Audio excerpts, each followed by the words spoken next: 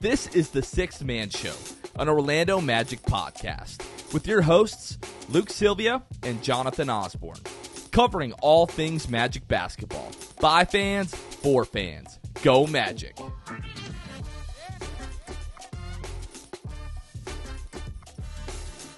What's going on, Orlando Magic fans? You guys are back with the Sixth Man Show. Today is April 6th, 2023.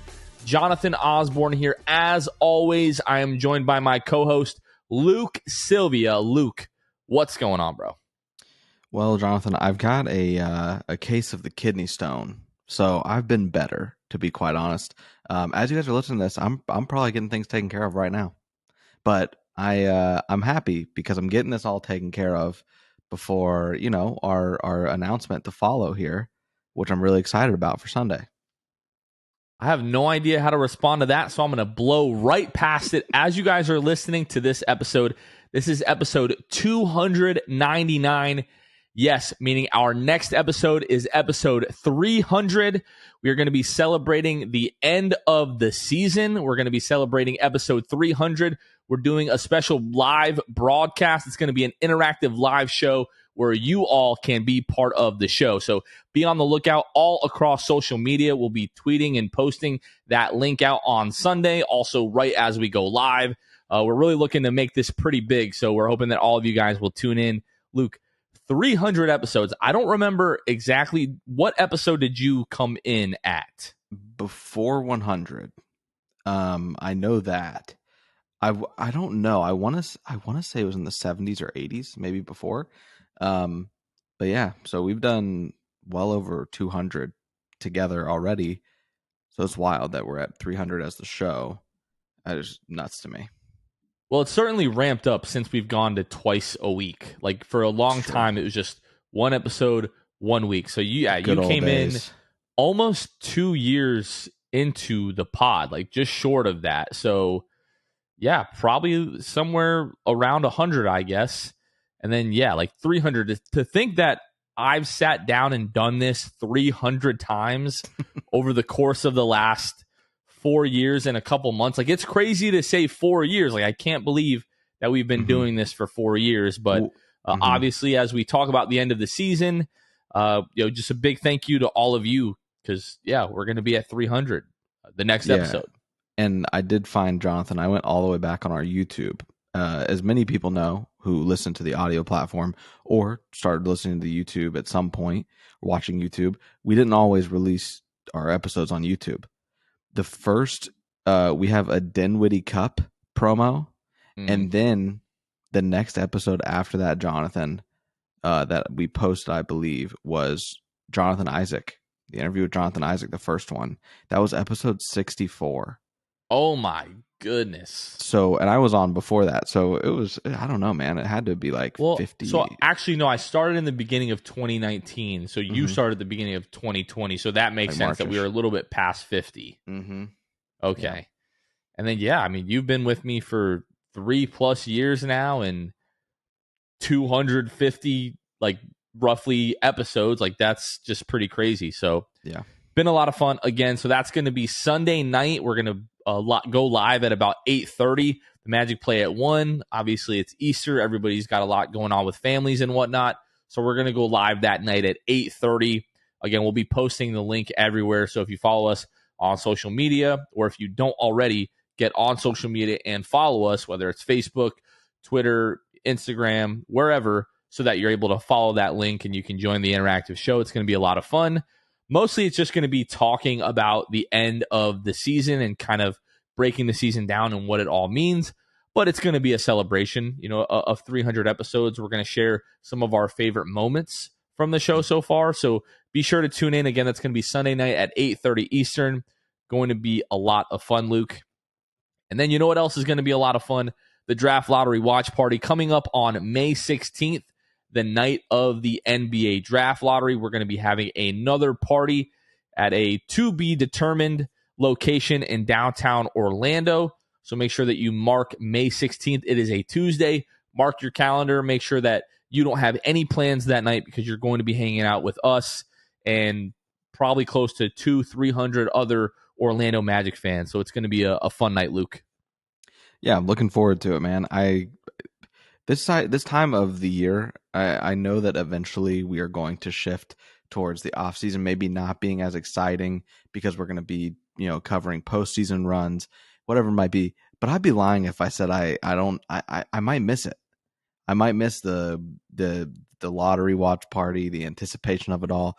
I know that it'll be substituted with incredible playoff watch parties, but there's going to be some nostalgia, I think, even like from even only being a year removed from the last one.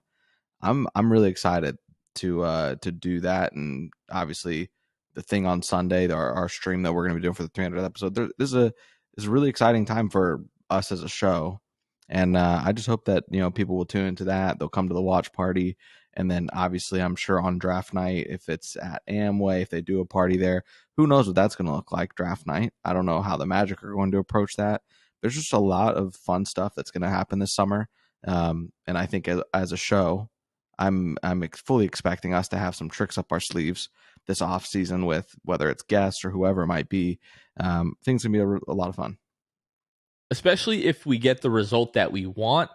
This draft lottery last year is like forever going to be ingrained in my mind. I'll never forget that night as long as I live. It was so much fun. But like you said, we're going to talk about really the season being over for all intents and purposes for the Magic. They have 3 games left, but now being eliminated from the postseason, things change a little bit. The way that you feel about these games changes a little bit, but this should be the last time for a long time that we are eliminated from the postseason before it begins. I guess is the message here. So let's go ahead and get into the state of the Magic. Just one game so far this week. The Magic are 0-1 on the week, which brings them to a record of 34-45. They now have the 6th worst record in the league. They are 13th in the Eastern Conference. And it doesn't really matter how many games back they are of anyone because they have been eliminated from the postseason. I guess maybe that's not entirely true because we still have to worry about lottery odds and so on and so forth. So let me go ahead and pull up the league standings here. So the Magic are tied with Washington right now, but Washington still holds that tiebreaker.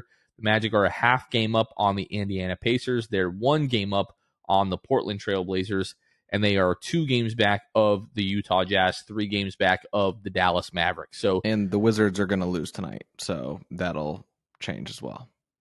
Yeah, so the Magic will go from having the 6th worst record in the league. They will then have the 7th worst record in the league. And at that point, the Magic are going to be somewhere, 7th, 8th in terms of lottery odds. If you look at Tankathon right now, because of the tie between Washington, Indiana, and Orlando, all of those odds are still kind of skewed. But over the next several days as we get up to Sunday and the end of the season, all of that will become much more clear in terms of is there going to be a lottery tiebreaker, and we'll have a better idea of odds and so on and so forth. On the season, the Magic have an offensive rating of 111.9, which is good for 26th in the NBA. They have a defensive rating of 113.6, which ranks 17th in the NBA.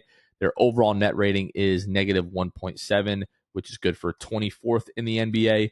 Just to add a little bit more context here, in the 54 games since December 6th, so after that 5-20 start, the Magic, in terms of offensive rating, have a 113.4, which is good for 23rd in the league.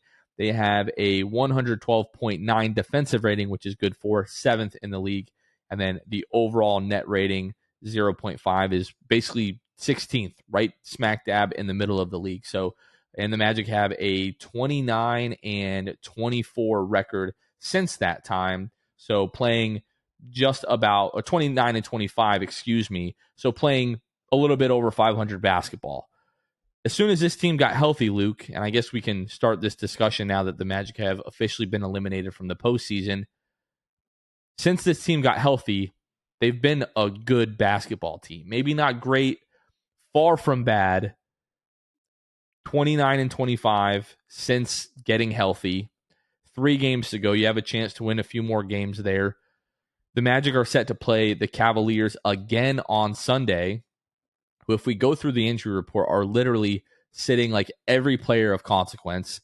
Jarrett Allen is out. Darius Garland is out. Karis LeVert is out. Donovan Mitchell is out. Evan Mobley is out. Isaac Okoro is out. Like their top, 5, 6 guys there have all been ruled out for Thursday's game.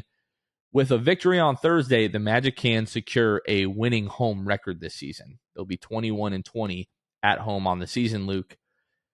But now that the season is over, like, what is your eulogy of the Magic's play-in postseason hopes?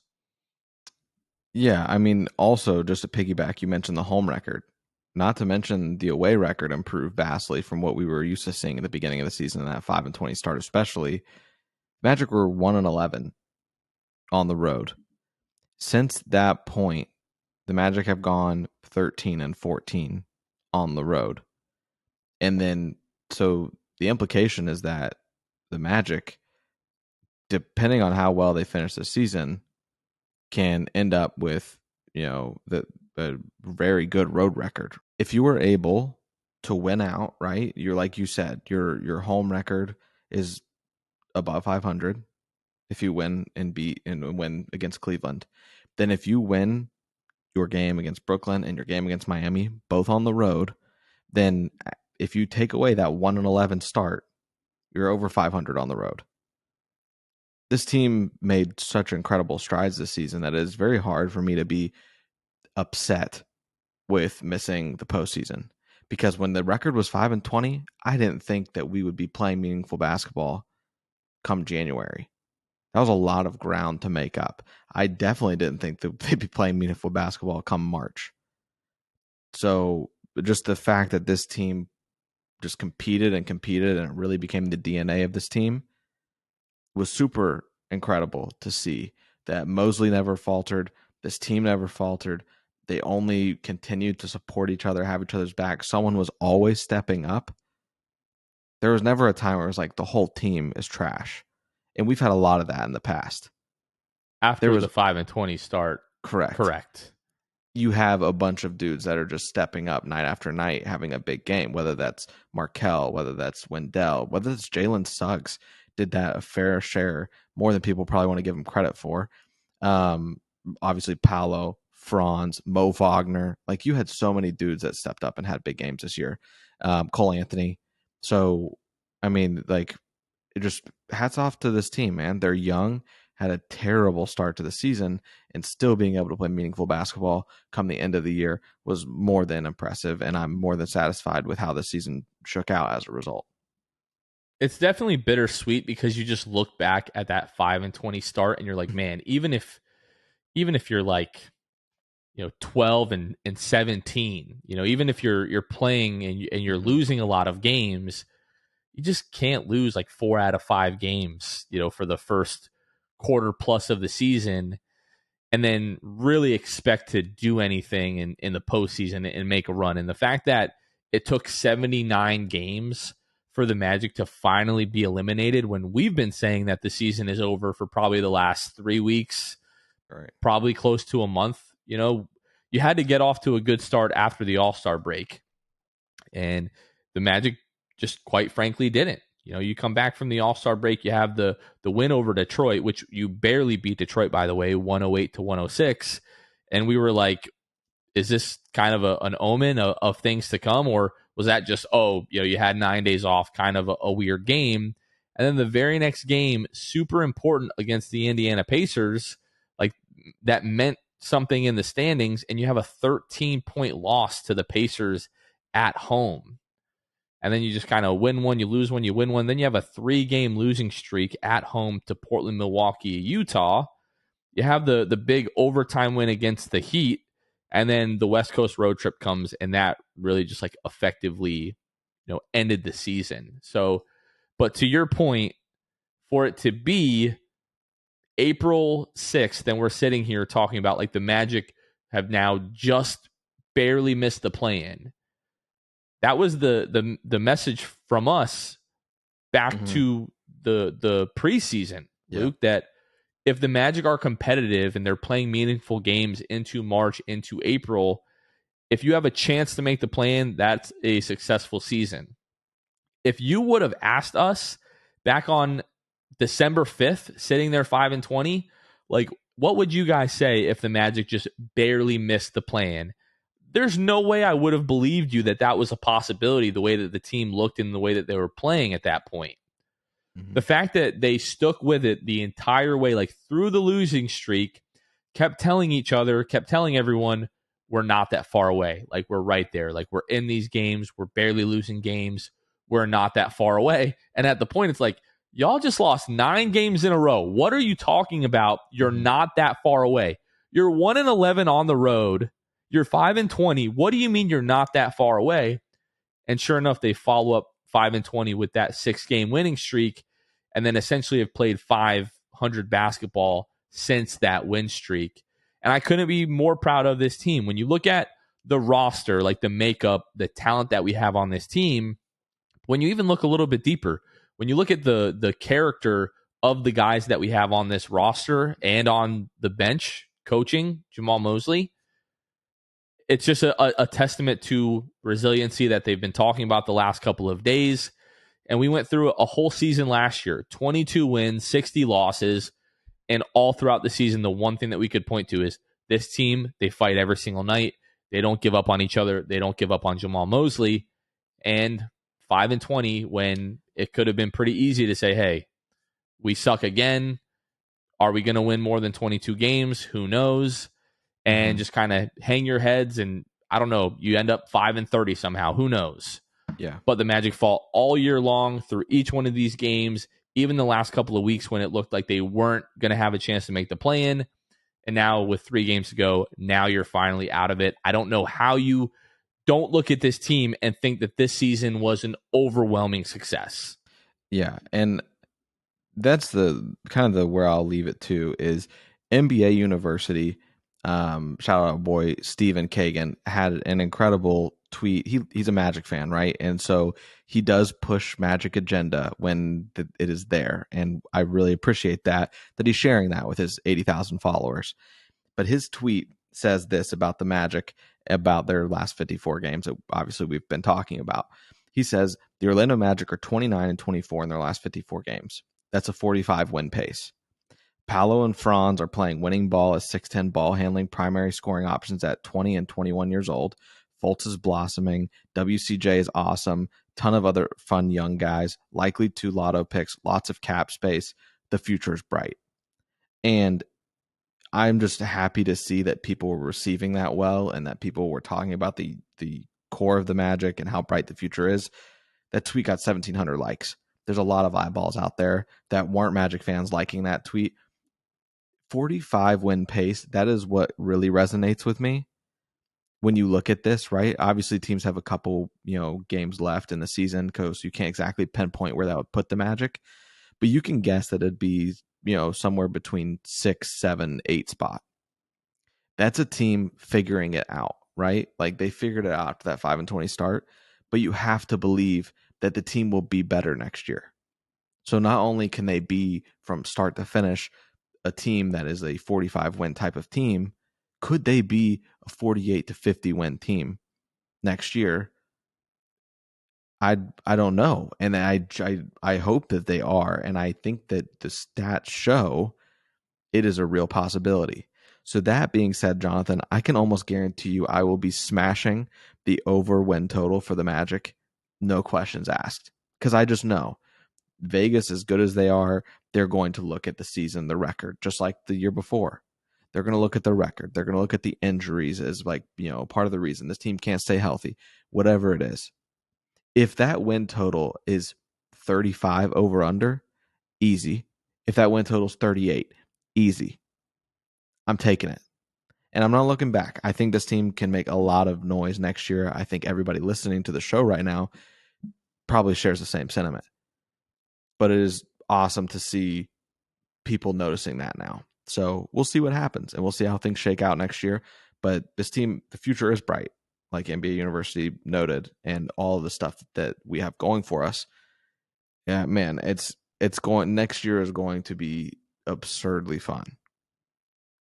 I know we're going to have like a ton of time in the off season to talk about stuff like this. I know we're going to talk about it in the preseason leading up to next regular season as well. But like just looking at the standings, like you have the Cavs 50-30 right now. They seem like they're going to be mailing in the last few games here. The Knicks sitting at 47-33, Brooklyn Nets 44-36. I think 45, 46 wins should be the goal for the Magic next year, just like given the level of talent that we have, given the additions that we should be able to make this offseason. I think it was Scott Skiles when he was here said, it might have even been when he was first hired, like it's easy to go from a 20-win team to a 30-win team. Mm-hmm. It's much harder to go from like a 30-win team to like a 40, 50-win team. To make that like next step. Like it's easy to go from really, really bad to not that bad, but it's much harder to go from not that bad to like legitimately good. The Magic are somewhere in the middle right now. Like they're not bad, like legitimately good. I'm not quite ready to say that. Like if this season was 20 games more, I think we end up in the play-in one way or another. Right. The Magic, they're just continuing to figure things out. Yeah. But I'm right there with you. Like 40 wins next year to me like should be the floor. Like if you have anything less than 40 wins next year, everything went wrong. Yeah. Well, listen, man, before the season started, my prediction was fully healthy, this is a 38-win team. That is what I stuck to from middle of the offseason till the season started. That's what I stuck with. Do you still feel like that is true? If fully healthy this year, this team easily eclipses 38. Like they get past 38. You see it. 45-win pace. Let's say they have a couple losing streaks here and there. They get 41 wins, 40 wins, whatever it is. I feel vindicated, quite honestly, that I stuck with what I thought was going to be the case of this team. And people looked at it like I was probably crazy. This team won 22 games the year before. And now you're going to say they're going to jump to 38. They're at 34 right now, Jonathan. They have a real shot at ending the season with 37 wins, despite a 5-20 start. So yes, I am very happy with my prediction of 38 wins. And that's why I think next year there's another leap to be had. You're on a 45-win pace, obviously, like we said, but you're going to make improvements. This front office should be making improvements. What kind of pace are you going to be on next year? I think it could be electric. Like I think that this team is going to be so much fun. I can't allow myself to say like 50 wins. Like 50 wins is like growing up, that was like the benchmark for a fantastic team in the NBA. You were a 50-win team, unless you were playing in the Western Conference. You were making the playoffs every single year. And most of the time you had home court advantage as a 50-win team, at least in the Eastern Conference. Western Conference, a couple of years you had like 50-win teams that missed the playoffs, if I remember correctly. Things are a little bit different now. The power dynamic of the NBA across the conferences is much more equal, in my opinion. But to go from 22 wins to, like, conservatively, let's say 35 wins, like the Magic end up picking up one more win, that's a 13-game improvement. To go another 15 games in 1 year, I'm not there yet. If they do something crazy in free agency, or you hit really high, in the lottery, and you end up with a Victor Wembanyama or a Scoot Henderson and one of those guys towards the top, maybe I'll feel a little bit differently. But I do feel like this roster needs to look not totally different, but significantly different next year if that's the kind of aspirations that we're going to have. Like, we can't have any more of this, like, we're relying on Moritz Wagner, to be a great backup center, every single night, because just defensively, there's some matchups that don't really work in his favor. We can't depend on, Chuma Okeke, Goga Patazde. We need to have more surefire pieces throughout the rotation, I guess is what I'm trying to say. Sure. I think you need to improve the roster significantly this offseason to make that kind of leap again. But let's say you don't, and this roster looks mostly the same. I'm sure you're going to have a couple of pieces, no matter what, that are switched out. But if this roster and like the rotation looks mostly the same, like, to me, this should still be like a 45-win team next year. Yeah, there's no reason they don't add significant shooting talent this offseason. There is zero excuse. You have all the cap space in the world to just get respectable shooters that are going to benefit off Paolo, Franz, and Markel driving to the hoop. We've seen what it can do, and I just hope that this front office, I hope that their benchmark is for the Magic to win 42 games next year, meaning they're over 500. That's what I hope. So we'll see what they do, man. But it is very hard for me not to think this team isn't over 500 next year. Yeah, unless something goes incredibly wrong, I really can't say that I disagree. Jeff Wiltman always says it is an exciting day to be a Magic fan, and this legitimately is. It's weird because, like, yes, you're eliminated, and I was super salty about it last night. Like, I wanted nothing more for them to pull out that win over the Cavs, especially when I look over and the Bulls are, like, getting blown out by the Hawks. And then Donovan Mitchell, we'll talk about the Cavs game in a second here, but Donovan Mitchell was just like, y'all want to make the play-in? Sorry, not happening this year. And I was devastated last night, but I woke up very encouraged today. Mm-hmm. Want to go ahead and give a quick shout out to the folks that help financially support the show and make each and every episode possible, our patrons. If you haven't heard already, we do have a Patreon community that you can join and help financially support the show for as little as $2 a month.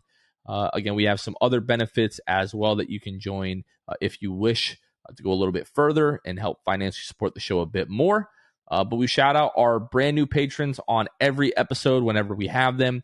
We shout out our elite tier and Hall of Fame tier patrons on every single episode. So I'll start by shouting out the Court Cousins, Drew Gooden, Armin, Carson Tulo, Norman, Magic Player History, Julio, Gabe Gaines, Wiffle, Michael Martin, Jamel Miller, Michael Salapong, The Distract, Donkey Punch Dave, It's Not OKK to Say Okiki, Pierre A, Migzors, Nostalgia, and M&M's, Dylan Holden, Mr. Mikey, Eduardo Sanchez, Drum, Danimal, Dutto 15, Bobby Skinner, Goody 93, Teddy Sylvia, Eric Lopez, Fuchsia, Juan Geraldo, Bill Fulton, Edmund Lagone, Jose Esquilin, Destined for Greatness, Caleb Pete, Cannibalism, Time Mr. TV, Joe Rothfuss, ESPN Really Sucks, Gear 95 Shred, Junior Bruce, Half Rican, Shahin 177, Himlo, Ban Himro, RM Prof 221, Ray Pastrana, Magic Kid 714, Let's Spank, Don't Tank, Soft Taco, Jesse, Johnny B, Fuego Nando, Phantom Wolf 72, Irish Magic Mike, Austin Lampy, Random Hustle, Bull, his first name is his last name. And again, you can find us at patreon.com/the Six Man Show. Luke, one of our patrons, Drew Gooden, was on episode 101, was on episode 200. Mm-hmm. Now he is jet setting, traveling the globe right now on vacation. Weren't able to get him for episode 300, but we wish we could have. Drew, wherever you are, we wish you were with us, and we hope you have a blast. And we'll see you for 400, maybe. All right, Luke, let's talk about this Cavs game, which was effectively the final nail in the coffin for the Orlando Magic's playoff hopes. So first quarter, Cavs take an early lead, but the Magic have a big first quarter run to take the lead in the first. And then really, from that point on, this game was pretty back and forth. In the fourth quarter, the Cavs had a 9-point lead. Magic go on a 10-0 run to take a 1-point lead late in the fourth quarter. And from that point, it was legitimately the Donovan Mitchell show. I think it was about 4.5 minutes to go in the game. Gary Harris was checked in, guarding Donovan Mitchell, and I'm saying to myself, Jalen Suggs needs to be in this game and needs to close out this game on Donovan Mitchell. I think it was the next possession, Jalen Suggs got subbed in, and then almost immediately at that point, they wanted no part of Jalen Suggs on Donovan Mitchell, started really hunting Wendell Carter Jr. in the high pick and roll, and to pretty good results for them. But like the last 4 or 5 possessions, Jalen Suggs on Donovan Mitchell was giving Mitchell everything that he could handle, and it just absolutely did not matter. Donovan Mitchell just knocking down big shot after big shot. Magic not able to pull this one out and end up with a 113-117 loss to the Cleveland Cavaliers. Luke, what stood out to you? I was going to piggyback off of what you were talking about. Jalen Suggs, that his defense was legitimately ridiculous on ball last night. Donovan Mitchell, did he make tough shots? Absolutely. But it says something to me that he had to work super hard to hit those tough shots, to even get those tough shots off. And that, that Jalen was able to defend and stay in front of him. This guy dropped 71. He by all means of the word. He's a bucket getter. That's what Donovan Mitchell does. There's a reason he averages 28 a game. There's a reason he averaged 30 points a game against the Magic this year. He had 41 last night. He had 43 last night. He had 34 in December. And then by some miracle back in October, when he was probably still getting his footing in Cleveland, he went 5 of 19 against you and scored like 14 points. So Jalen Suggs is just an incredible defender. I hope that he can continue to bring it on offensively and continue to improve, but it is hard to take him off the court when you have another guy on the other team that is just going off. You want to keep Jalen in the game because if there's any hope you have, it's to keep him in the game on Donovan Mitchell. It's a really tough game, man, and in my opinion, it's very much a 50-50 game. This game could have gone either direction. And you can see that by just the way that the team stats are, shook out. You both shoot 50% from the field. The Cavs shoot 5% better from 3. Could have been the difference there. They go 15 of 31. The Magic go 10 of 23. So shockingly, you can pinpoint a loss to the Magic lack of ability to, shoot threes at a volume. They shot them efficiently, but not necessarily at volume at all. Free throws, Magic 13 of 17, Cleveland the 18 of 20. The Magic out-rebound Cleveland by 17, 47 to 30. Assists about the same. Points in the paint, the Magic dominate it, 58 to 38. The difference here is Donovan Mitchell. That is the difference. It feels like by honestly looking at team stats for the most part, the Magic should have won this game. Checked all the boxes to the formula for Magic wins, absolutely. And it just boils down to that. That Cavs bench, by the way, is awful. That is legitimately terrible. Except Karis LeVert. Except Karis LeVert. You got Ricky Rubio, 1 and of even 6. He isn't always great. Right. Chetty Osman, who I thought there was more to him at one point. But now that the Cavs are actually decent, he's not getting much burn there. Then you got Lamar Stevens last night, who was also not good. Like, they have nobody but Karis LeVert off the bench. I fear that they're going to have some trouble come playoff time. Unless Donovan Mitchell's just playing 48 minutes. So, we'll see. This game could have gone either way. I was proud of our guys for fighting till the very end. But at the end of the day, you got out-talented by one guy. And his name's Donovan Mitchell. And it's tough. He gets a lot of people. So, it is what it is, man. Tough. But, of course, now tonight they're sitting at everybody. So, I thought it was really cool. Donovan Mitchell and Jalen Suggs kind of finding each other after the game, and you could tell like Donovan Mitchell was very much giving Jalen his respect because Donovan Mitchell was just hitting fantastic shots over incredible defense, and he went over and I'm guessing, not in those exact words, but expressed that to Jalen. Like Jalen is legitimately, it's not maybe possibly, like he absolutely is one of the best perimeter defenders in the league. And this kid is improving like week after week. People are talking about how like he's regressed offensively this season. Sure, he doesn't have the ball in his hands as much, and I think that's probably best for him right now. But if you look across the board, his shooting efficiencies from almost every spot on the floor are significantly improved this year, especially the 3-point percentage. Yeah. And when you put this kid in winning situations and ask him to make plays, all the kid does is make plays. Yeah. We saw it last night. The Magic the Cavs rather are bringing the ball up, and it's like, wow, Donovan Mitchell is going to take over, score here, and end the game. And then here comes Jalen Suggs stripping Donovan Mitchell of the ball and going the other way, getting the team a fast break layup, and then you still felt like the Magic had hope. We saw this earlier in the season against the Golden State Warriors. We saw it against the Chicago Bulls. Like, just time after time after time, this kid is put in a position and given the opportunity to make winning plays, and not always on the offensive end, but defensively, like the kid is just continues to make plays. I don't understand what some people don't see in Jalen Suggs, because literally the only thing that is working against him right now is the field goal percentage and the 3-point percentage. Like, he's getting good looks. He's getting to his spots whenever he wants. He's taking guys off the dribble. He's getting to the rim. The last piece for Jalen Suggs is just finishing plays.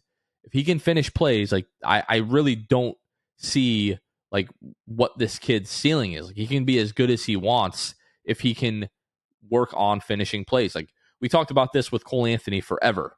Cole Anthony, like his, inefficiencies or whatever, who has really completely turned those around the last, 40, 50 games here. But what do we talk about? If Cole Anthony could become like a 45% shooter from the floor and 37, 38% from the 3-point line, he'd be fantastic. You do that for Jalen Suggs, you have an all-star, in my opinion. What he brings on the defensive end, a guy who can create his own shot with any of the other guys on this team, really. Now, do they go in at the same clip? No, but that's a discussion for another time. But if he starts finishing plays at an efficient clip, I just like the ceiling is the roof for Jalen Suggs. I'm not ready to say those efficiencies would yield being an all-star just because of the pecking order on this team. I don't think he gets to that More point. so just mean that would be the type of potential that he would have. Franz, Paolo are always going to have high usage rates. Those guys are going to get close to 20 field goal attempts a game. Unless you bring in a guy at the top of this draft, that will most likely be the case moving forward.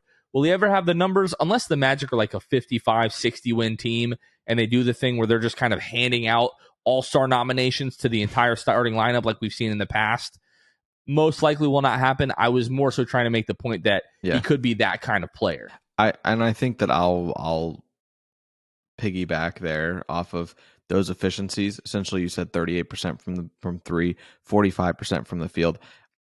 And the defense that you get already from him, which is going to continue to improve as he reaches his prime, you have a starting two guard on a championship caliber team.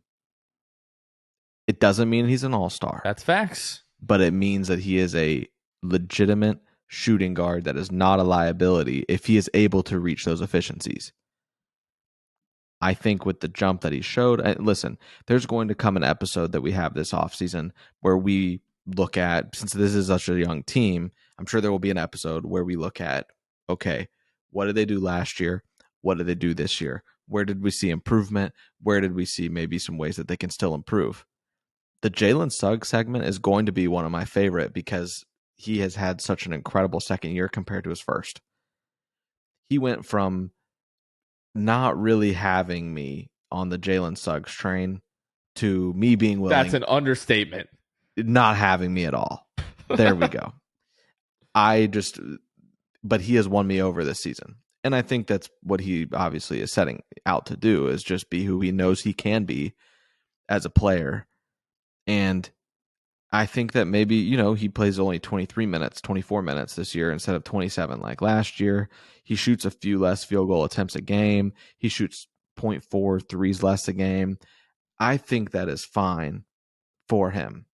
And if he can get to the point where he is doing and hitting those benchmarks of efficiency, we're only talking 3 percentage points more on that field goal percentage. He's at 42. The big one is the 3-point percentage. Which for a second-year guard is not bad at all. No, of course not. And especially considering last year, where I felt like this dude is never going to get it offensively. And he's shot his 3-point percentage up 10 full points over that, 10.1. So if he can continue to improve and he can get his 3-point shooting up, I don't even need volume to increase. I just need efficiencies to be there night in and night out and be an incredible defender. There are plenty of guys in the league that have made a living in the starting lineup, not being a first, second, or third option on the offensive end, but being the guy that is put on these star players of the other team, and they make a great living doing it. And they are on championship type teams. So I know Jalen Suggs could eventually be that guy for this team. But he has got to up those efficiencies, and you got to basically assure yourselves that you have shooters in the other two spots on the floor too. There's a lot of caveats. So we'll see. But yeah, I think that Jalen Suggs has a really bright future. And the people that don't want to see it just don't want to see it. That's all there is to it. Well, I don't have StatMuse up in front of me. I don't know if you're able Yeah. to pull that up while I go through this like little tangent, but for like a solid stretch now, Jalen Suggs has been shooting like upper 30s% from the 3-point line. Like, sure, he's 31% or whatever it is on the year, but like the last 25, 30 games, the kid is shooting where you want him to be from the 3-point line. And to your point, we're talking about a guy who most likely on this team would be like the fourth or fifth offensive option in the starting lineup. But the thing that is so exciting to me about Jalen Suggs is that you talk about some of these other guys on championship caliber teams, like maybe like a Andre Iguodala, right? Like a championship caliber starter in his prime who was for the most part asked to just guard the other team's best player. Yeah. The element about Jalen Suggs that again is so exciting to me is his ability to create his own shot. If he can continue to evolve as a playmaker and as a passer and as a shooter with his strength and size, I just you can't have enough competent ball handlers on a playoff team. Like we see it every single year. A team's shortcoming is not having enough guys who can create their own offense. The more guys that you can have like that, like if we put Jalen Suggs into the starting lineup with Markel, with Paolo, with Franz, with Wendell, that's 4 guys who, and again, Jalen does need to tighten the handle up a bit, but he's much improved compared to last year in that regard. If he can tighten it up a little bit, now you have 4 guys in your starting lineup who at times can go and create their own shot, which is invaluable in today's NBA, especially as you get into the playoffs and the game slows down to half-court offense. You need multiple shot creators. What really killed us, what really impressed me in the 2019 first-round playoff series against Toronto wasn't necessarily like Kawhi Leonard. It was they could go to Pascal Siakam. They could go to Kyle Lowry. Norm Powell could come in off the bench and make his own plays. They had Fred VanVleet. Like, you had all of these guys who you could give the ball to and say, hey, go make something happen on offense. And that was really the biggest difference in that series. Yes, they had a guy like Kawhi Leonard, but the Magic had like 2 or 3 guys that could do that on the entire team. You had DJ Augustine. You had Evan Fournier. Like, you had Vooch, who I guess throwing it down to him in the post and him creating offense like that was an element of the offense. But you didn't have really any other guys who could go out and create their own shot. And that's one of the things about Jalen Suggs that excites me so much. If you could not tell, I could sit here and talk all day about Jalen Suggs, but do you have those shooting, like those recent shooting numbers? Yeah, so the last 25 games, Jalen has shot 3.5 threes, which is pretty much in line with what he has for the season. He's like 3.7, 3.8 or something like that. He's in the last 25 games on 3.5 attempts, 36.8% from 3 in 25 games. So you're looking at pretty much a third of the season, a little under that he's able to put together that sample size there for you. And field goal, 8.5 a game, 43.6%. So we are dangerously close to 45 and 38 splits. And that's what you need. And I think you can get it from him next year in a larger sample size. So yeah, they're, like you said, the ceiling is in fact the roof for Jalen Suggs. Yeah, it seems like his efficiencies have come down a little bit recently. I'm looking at his like last 5 games here, shooting 35% from the 3-point line. But again, we're talking about a guy who shot 21% from behind the arc last year. It's nothing short of a miracle. I'm sorry? I said hard to watch offensively last year. Going from that to this year was night and day. Yeah, so it's nothing short of a miracle, like the shooting efficiency improvement that he's had this year.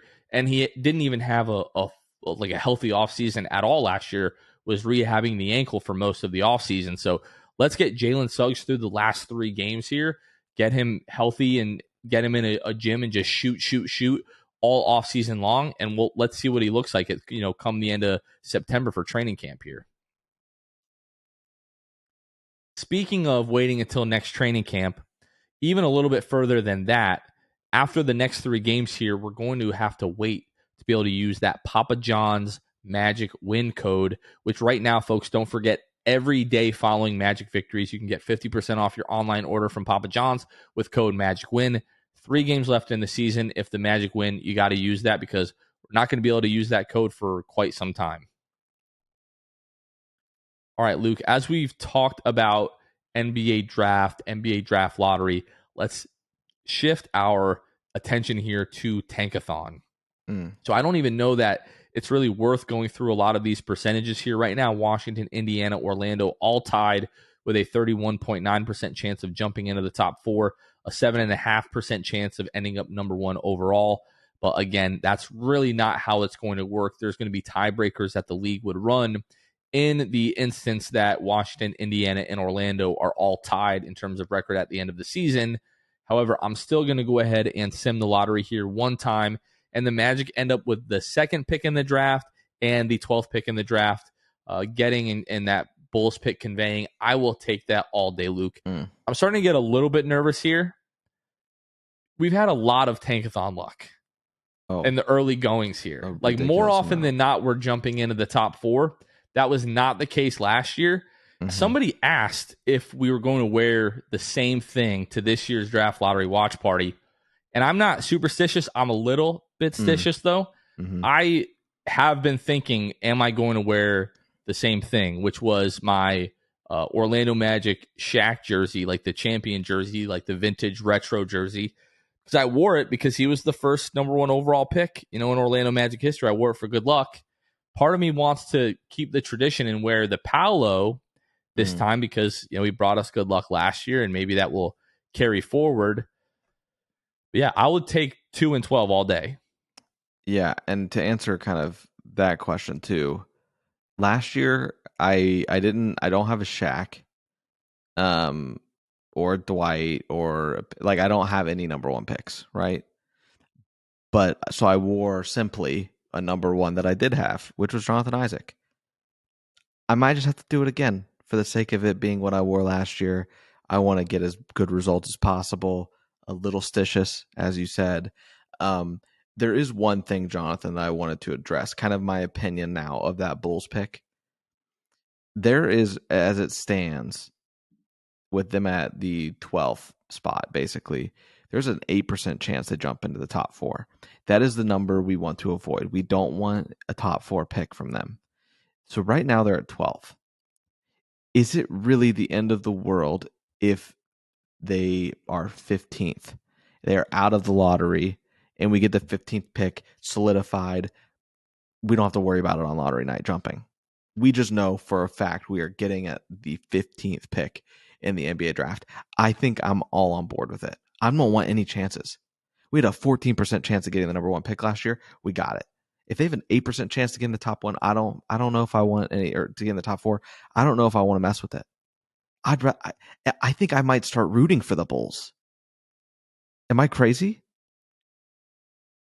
Yes and no. What I would say is really the worst case scenario is what just happened to me. I resimmed the lottery and Chicago got the number 1 overall pick. So that would be worst case scenario. That is what I'm saying. But what I will say is I'm kind of to the point where like I'm willing to play with fire a little bit. You have a mostly good chance that you're not going to get burned.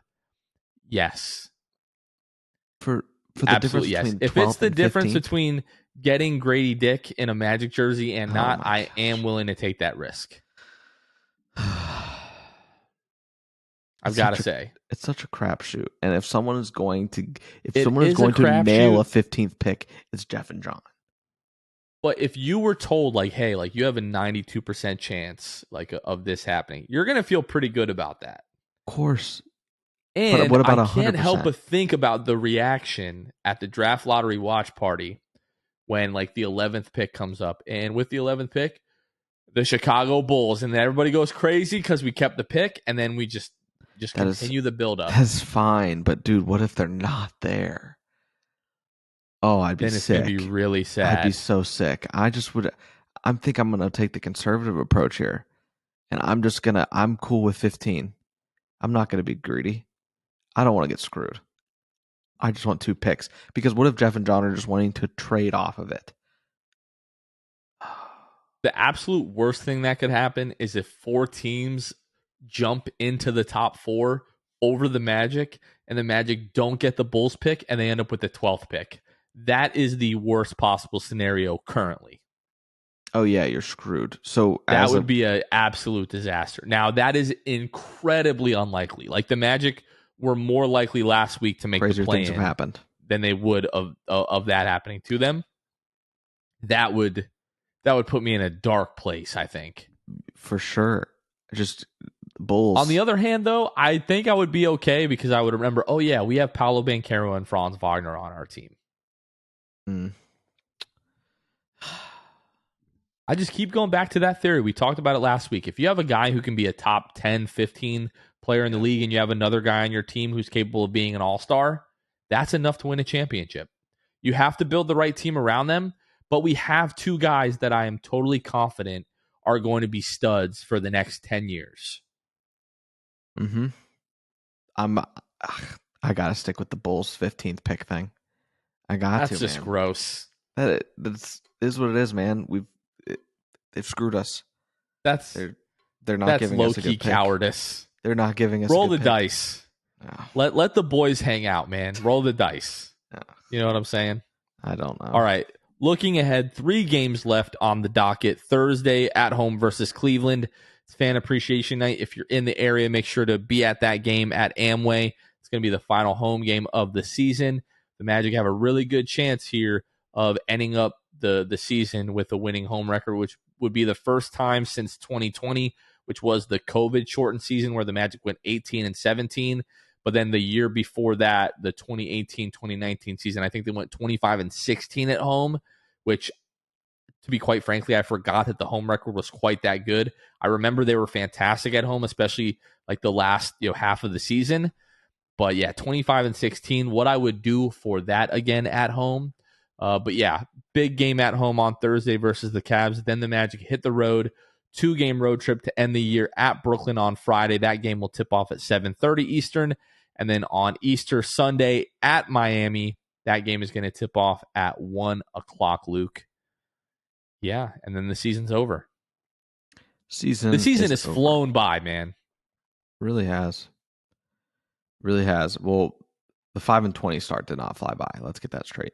The rest of it did, in fact, fly by. And people can recap the season with us on Sunday night with our live stream, Jonathan, where we've already talked about it, and we don't think we're going to spend too much time, unless something crazy happens, talking about anything in these last few games. So that being said, don't feel like you're coming into a bunch of just recaps of games that maybe you don't care about. We're going to be doing a whole lot more than just doing that if we even really harp on those games. So I hope you guys will absolutely tune into that with us there on Sunday night. What would we say, 8:30? 8:30. It's going to be the Squidward future meme personified. Like, we're going to be talking about really breaking down the entire big picture of the season, but really just looking to the future. I feel like it's cliche, but like the future is incredibly bright for this team. Like, when I just sit down and think about the pieces that we already have, and like sometimes you only have 2 guys and that's like all you have to work with. The Magic have so much more than that, and just really excited to see how this team continues to evolve in the offseason. So yeah, like Luke said, that's going to be Sunday at 8:30 p.m. Eastern time. Be sure to follow us on all of our social media accounts so you can get that link when we send that out. But it's going to be an interactive live show. You guys will be able to be part of the show. So make sure that you come and join us for that. It's going to be a ton of fun. But Luke, I think we're going to wrap this one up. Yeah, I just wanted to add one more thing, Jonathan. For those of you who are like, man, I've got Easter plans, I can't tune in on Sunday night, do not fear. We will have it put in episode form for you, whether that be YouTube or audio. That will be up as our normal episodes release on Monday morning. You will see that, in your library subscription, whatever it is there, however you listen to us or watch us. So just wanted to kind of add that for those of you that are, frantic about maybe having plans. Don't worry. We'll have the episode out on Monday. Yep. So hope you guys all have a happy Easter. 3 games left, and then episode 300. Make sure that you come and hang out with us. That's going to do it for this episode. For Luke Sylvia, this has been Jonathan Osborne. You guys have been listening to The Sixth Man Show, and we will catch you guys next time. See ya. Thanks for listening to The Sixth Man Show. Be sure to subscribe on iTunes and Spotify to get new episodes downloaded directly to your phone. If you enjoyed the show, please take a minute to give us a 5-star rating and a review. It helps out the show a lot. Follow us on Twitter, Instagram, and Facebook at Sixth Man Show. We'll catch you guys next time. Go Magic!